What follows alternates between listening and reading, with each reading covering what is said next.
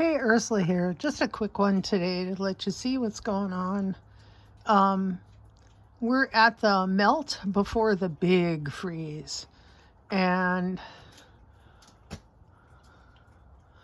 the cabbages in the upper garden are very sad. So is the parsley up there.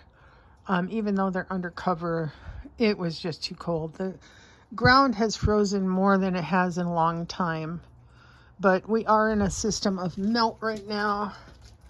You can see all the snow that we got slid off the roof and is dripping down. This area becomes a swamp in mud season. But right now, yeah, it's getting very wet. And we're gonna go take a look at some other things that are not melting.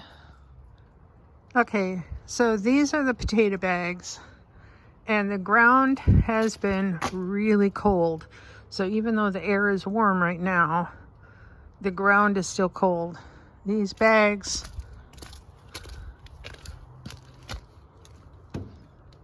cannot be moved. That is a solid block of ice. So I probably should have moved that one there in a little closer before the deep freeze happened, but that's not going to move until it's been warm above 40 degrees for a week solid. Today it reached 39 Fahrenheit, and it's going to go down into single digits on Monday night and negative numbers on Tuesday night, and that is quite cold.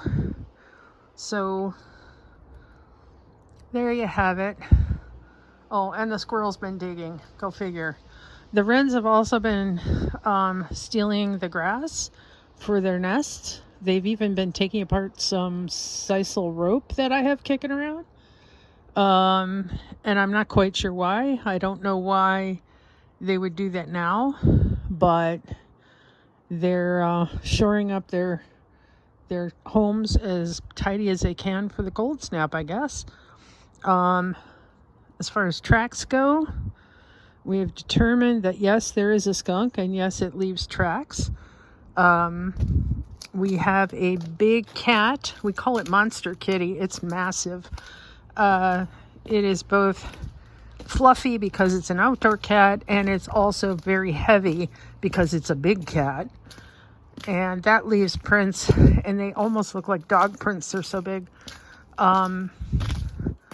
We've learned that the deer have been coming through the neighbor's yard, and they come in here, they do a loop-de-loop, and they go back. Do I know why? No.